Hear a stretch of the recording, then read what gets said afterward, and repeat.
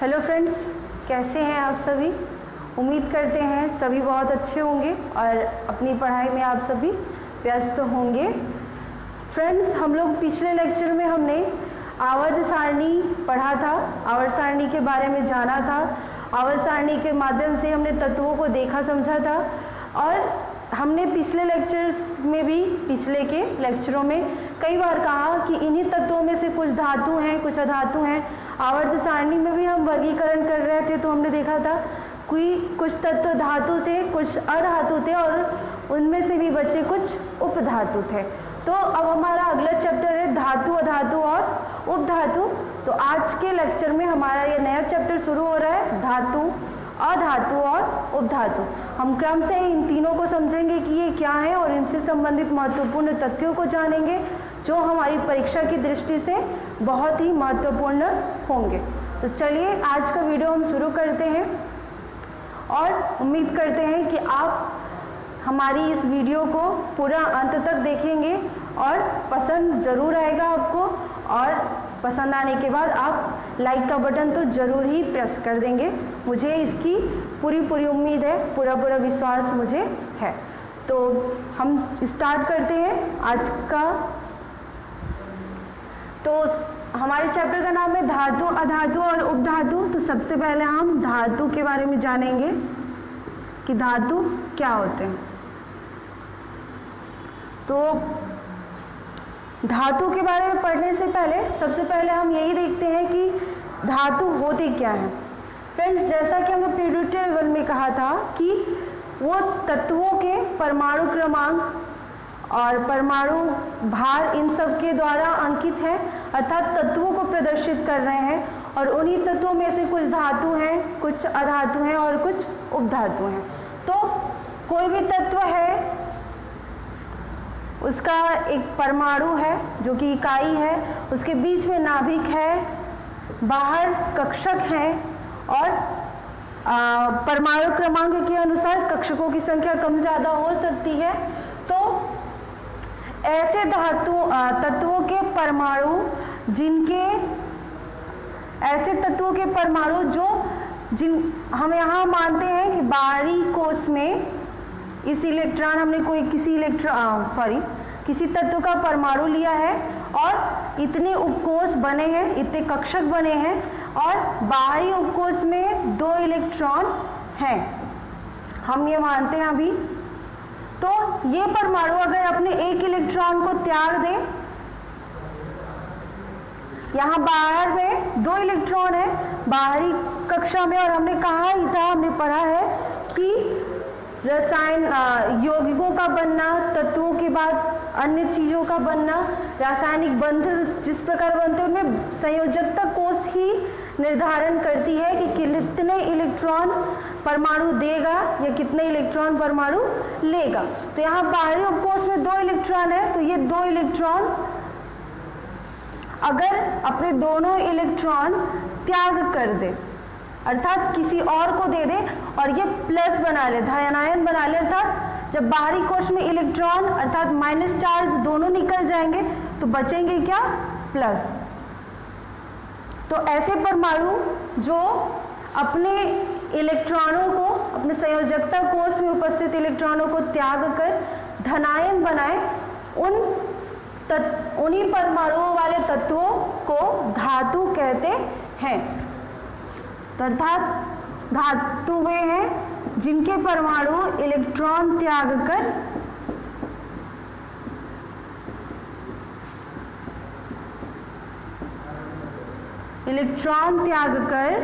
धनायन बनाते हैं। वे तत्व जिनके परमाणु इलेक्ट्रॉन त्याग कर धनायन बनाते हैं, उन्हीं परमाणुओं वाले तत्वों को धातु कहते हैं।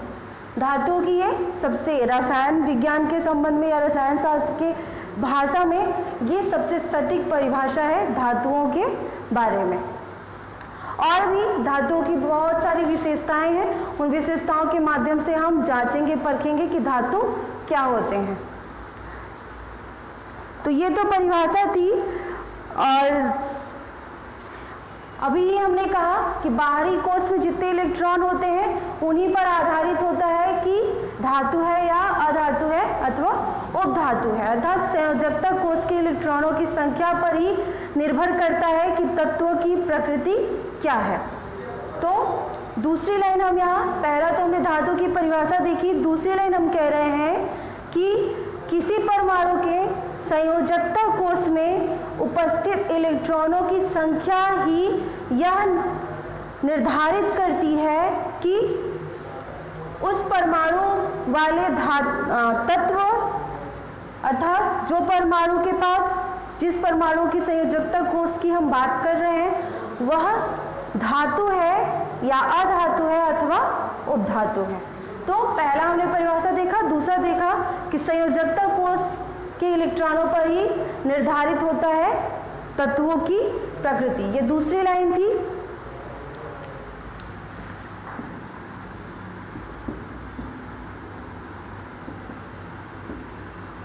कुछ महत्वपूर्ण विशेषताएं हैं जिनके माध्यम से हम तत्वों के बारे में और अधिक जान सकते हैं। तो उन विशेषताओं को हम अभी देखते हैं। तो धातुओं के मुख्य गुणधर्म, और किसी भी, चूंकि हम केमिस्ट्री पढ़ रहे हैं तो यहाँ जिस भी पदार्थ का, जिस भी तत्व का अध्ययन हम करेंगे उसके गुणधर्मों का अध्ययन जब हम करेंगे तो गुणधर्म भी दो प्रकार के होंगे, भौतिक और रासायनिक। तो यहाँ धातुओं के गुणधर्मों का भी जब हम अध्ययन करेंगे तो भौतिक गुण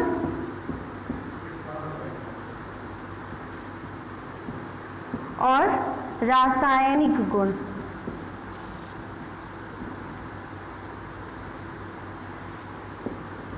ये दो भागों में बांटकर हम पढ़ेंगे कि भौतिक गुण क्या होते हैं धातुओं के और रासायनिक गुण क्या होते हैं धातुओं के। तो धातुओं के भौतिक गुणों में सबसे पहले कोई भी तत्व है जिसके संयोजन से अगर कोई पदार्थ बनता है तो सबसे पहले हम देखेंगे कि उसकी अवस्था क्या है। तो जो धातु होते हैं उनकी अवस्था, फ्रेंड्स हमने पढ़ा ही था, अपने पीछे के लेक्चरों में पढ़ा है, अगर आपने नहीं देखा तो वो वीडियो जरूर देख लें, अवस्था, पदार्थ की अवस्था के बारे में। तो अवस्था 5 तरह के होते हैं, लेकिन मुख्य रूप से 3 ही अवस्थाएं हैं, ठोस, द्रव और गैस। तो जो धातुएं होती हैं उनकी अवस्था प्रायः ठोस होती है, अर्थात लगभग सभी धातु ही ठोस अवस्था में होते हैं। लेकिन इसका अपवाद यह है पारा। पारा एक धातु ही है लेकिन ये ठोस अवस्था में ना होकर द्रव अवस्था में रहता है। तो धातुओं की भौतिक विशेषताओं में, भौतिक गुणों में उसकी अवस्था देखें तो धातुएं प्रायः ठोस अवस्था में होते हैं, लेकिन अपवाद स्वरूप पारा है जो कि धातु ही है लेकिन वह द्रव अवस्था में रहता है। दूसरा भौतिक गुणधर्म अगर हम देखेंगे तो आघात वर्धनीयता।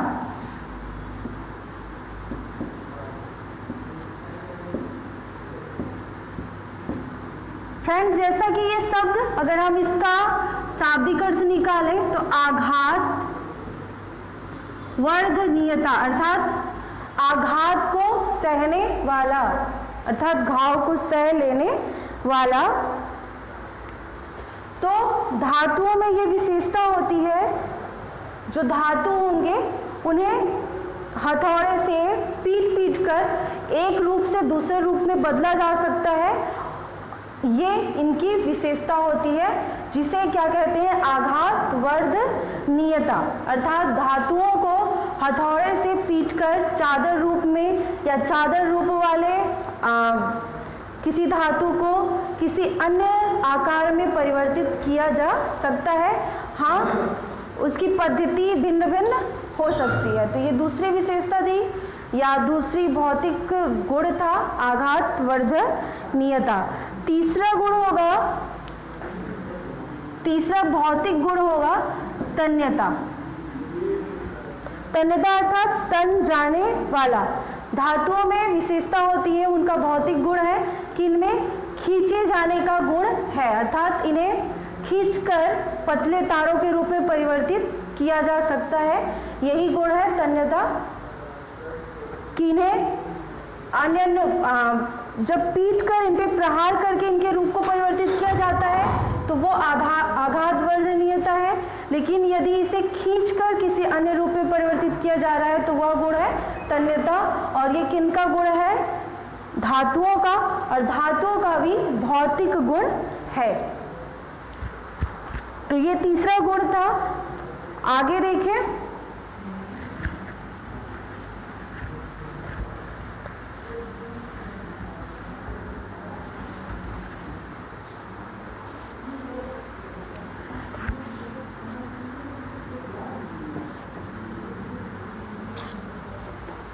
आगे देखिए हम चौथा गुण, तो चालकता।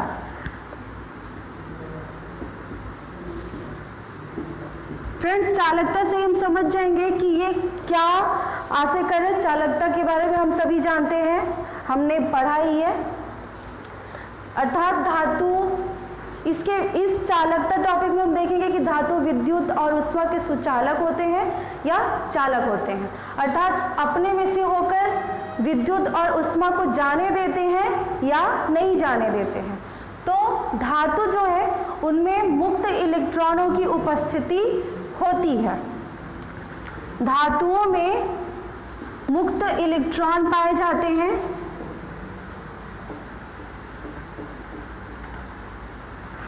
और मुक्त इलेक्ट्रॉन पाए जाते हैं, इसका आशय है कि ये धारा प्रवाह होने देंगे। अर्थात धातु अपने में से होकर विद्युत और ऊष्मा की धाराओं को प्रवाहित होने देंगे। और मुक्त इलेक्ट्रॉन क्या होते हैं फ्रेंड्स? तो जैसा हमने कहा, कोई परमाणु है, नाभिक है, कक्षक है, लेकिन इस परमाणु में इलेक्ट्रॉन इन्हीं कक्षकों पे होते हैं। कुछ इलेक्ट्रॉन ऐसे होते हैं जो कक्षक से बाहर आ जाते हैं, किसी अन्य जगह पर स्थित हो जाते हैं। ऐसे इलेक्ट्रॉनों को मुक्त इलेक्ट्रॉन कहेंगे। और यही मुक्त इलेक्ट्रॉन ये निर्धारित करते हैं कि ये विद्युत और ऊष्मा के सुचालक हैं। अर्थात धातुओं का भौतिक गुण जिसे पहचान आने का, अर्थात धातुओं को पहचानने का प्रमुख गुण है कि ये विद्युत और ऊष्मा के सुचालक होते हैं। अर्थात विद्युत इनसे प्रवाहित हो जा सकती है, अर्थात इनमें करंट पाया आ सकता है, और ऊष्मा भी इनसे प्रवाहित होकर जा सकती है। अर्थात इन्हें अगर धूप पे रखा जाए या इन्हें ऊष्मा मिले तो ये गर्म हो जाएंगे, छूने पे हमें महसूस होंगे, या बहुत ज़्यादा गर्म भी हो सकते हैं जिसे हम दूर से भी महसूस कर सकते हैं। तो धातुओं में चालकता का गुण है और वो विद्युत तथा ऊष्मा दोनों ही धाराओं के सुचालक, यानी दोनों ही धाराओं को अपने में से होकर जाने देते हैं। ये एक प्रमुख विशेषता है धातुओं की। अगली विशेषता है धात्विक चमक।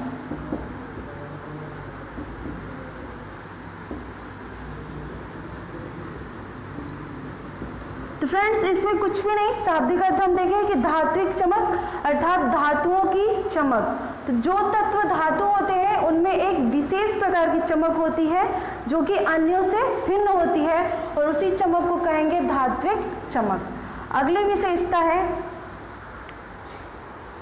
गलनांक एवं क्वथनांक। धातुओं के गलनांक और क्वथनांक क्या होते हैं?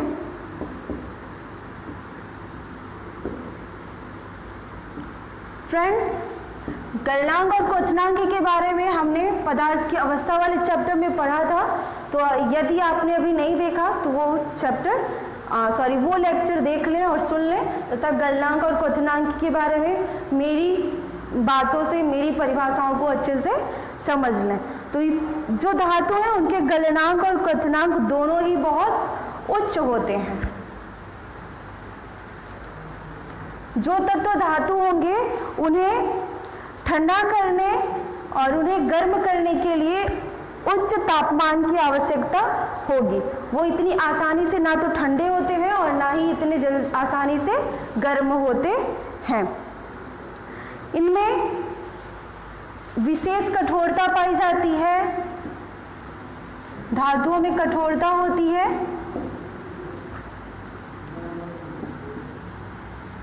ध्वनिक का गुण होता है इनमें, अर्थात ध्वनिक ये है कि जब धातुओं को पीटा जाता है, किसी भी धातु को तो उस धातु को पीटने के बाद जो आवाज निकलती है वही उससे आवाज को ही कहते हैं ध्वनिक। अर्थात धातुओं में ही ये गुण होता है कि उन्हें पीटने पर विशेष आवाज आए, और जिस तत्व को पीटने पर आवाज आती है वो तत्व धातु प्रकृति का है। तो ये इतनी विशेषताएं हो गई, भौतिक गुण हो गए किनके? धातुओं के। अब हम देखेंगे रासायनिक गुण कि धातुओं के रासायनिक गुण क्या हैं।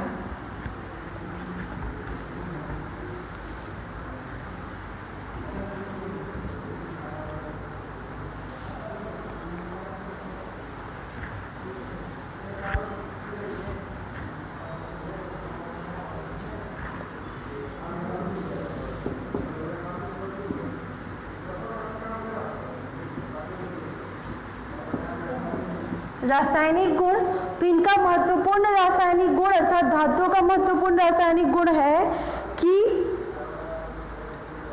धातु जो धातुओं के ऑक्साइड होते हैं अर्थात धातु और ऑक्सीजन की क्रिया करने के फलस्वरूप जो नया अभिकर्मक हमें प्राप्त होता है उनकी जो प्रकृति होती है अर्थात वो क्षारीय होते हैं या अम्लीय होते हैं, तो उनकी प्रकृति क्या होती है? क्षारीय होती है। तो पहला रासायनिक गुण कि इनके ऑक्साइड क्षारीय होते हैं।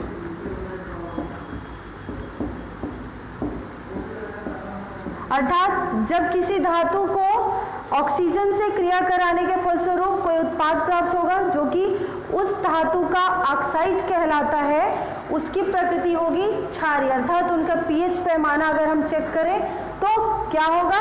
7 से अधिक होगा और 14 तक के बीच का होगा। इसका एक एग्जाम्पल लें यदि हम, तो सबसे अच्छा एग्जाम्पल लेते हैं सोडियम की क्रिया अगर ऑक्सीजन से होती है। सोडियम जो कि धातु है,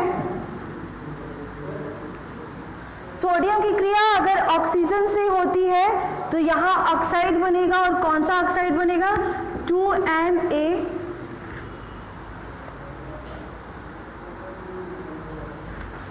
2O, ये उत्पाद बनेगा और इसकी यही है, ये ऑक्साइड होगा। कैसा, कौन सा ऑक्साइड है ये? Sodium oxide.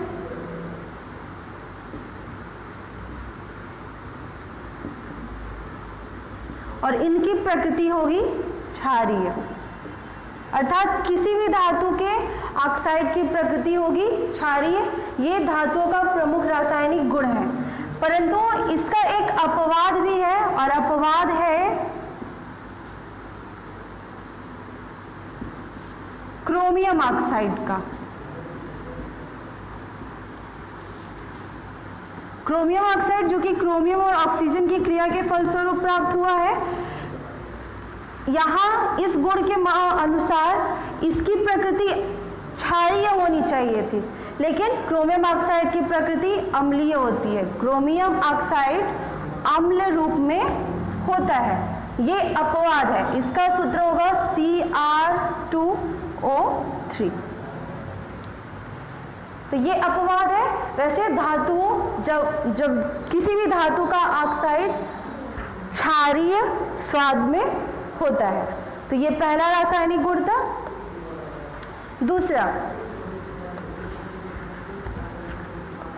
दूसरा महत्वपूर्ण रासायनिक गुण होगा कि ये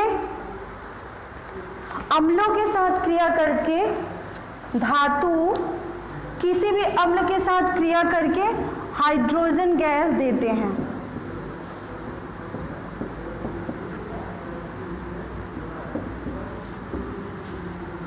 हाइड्रोजन गैस देते हैं कौन? धातु। जो भी तत्व धातु होगा, अगर उसकी क्रिया किसी अम्ल से कराई जा रही है तो प्राप्त होने वाला जो अभिकर्मक होगा, जो नया उत्पाद होगा, वो नया उत्पाद उत्पाद तो बनेगा ही, उस नए उत्पाद की ओर से ही हाइड्रोजन गैस भी हमें प्राप्त होगा, जो कि गैस फॉर्म में वातावरण में निकल जाएगा। यदि हम इकट्ठा करना चाहें तो उसे रासायनिक विधियों द्वारा इकट्ठा भी किया जा सकता है। तो इसका उदाहरण देखें यदि, तो यहाँ भी हम सोडियम को ही लेते हैं, इसकी अभिक्रिया किसी अम्ल से करवाते हैं। तो सोडियम की क्रिया यहाँ हम हाइड्रोक्लोरिक अम्ल से करवाते हैं, जो कि अम्ल है। यहाँ क्रिया करने पर 2NaCl, यहाँ हमें सोडियम क्लोराइड प्राप्त हो जाएगा, जो कि नमक का सूत्र है, और यहाँ से हाइड्रोजन गैस निकलेगा। ये धातुओं का गुण है कि वो अम्ल से क्रिया करके हाइड्रोजन गैस देते हैं। और यहाँ हमने एक उदाहरण दिया, सोडियम को लिया जो कि धातु है, HCl को लिया जो कि अम्ल है, हाइड्रोक्लोरिक अम्ल, और उसके बाद जो उत्पाद प्राप्त हुए हमें इतने उत्पाद प्राप्त हुए। NaCl प्राप्त हुआ जो कि सोडियम क्लोराइड है, नमक है, और हाइड्रोजन गैस निकला। तो ये दूसरा महत्वपूर्ण रासायनिक गुण है धातुओं का। जल से अगर क्रिया करते हैं, धातु अगर जल से क्रिया करते हैं तब भी हाइड्रोजन गैस निकलता है।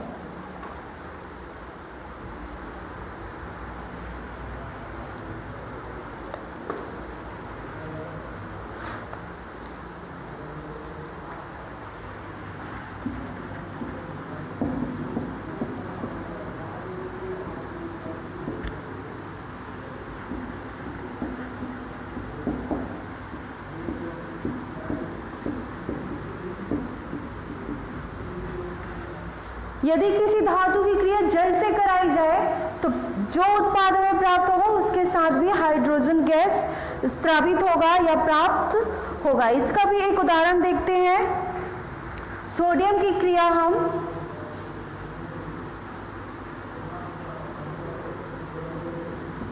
यदि जल से करवाते हैं, अर्थात जल का सूत्र क्या होगा, H2O, तो हमें NaOH सोडियम हाइड्रोक्साइड प्राप्त होगा और H2 गैस निकलेगी। तो ये प्रमुख रासायनिक गुण हो गए कि धातुओं के ऑक्साइड अर्थात धातु ऑक्सीजन से क्रिया करने पर जो उत्पाद प्राप्त होता है उनका स्वाद क्षारीय होता है। अगर कोई धातु अम्ल से क्रिया करता है तो हाइड्रोजन गैस देता है, जल से क्रिया करता है तब भी हाइड्रोजन गैस देता है। इन सब गुणों के माध्यम से हम धातुओं को जान सकते हैं, परख सकते हैं। तो फ्रेंड्स, आज के लेक्चर में हम सभी ने धातु क्या है और इनकी महत्वपूर्ण विशेषताएं क्या है ये देखा। आगे के लेक्चर में हम अभी धातु के बारे में अन्य तथ्यों को जानेंगे, समझेंगे और पढ़ेंगे। आज के लिए इतना ही, धन्यवाद।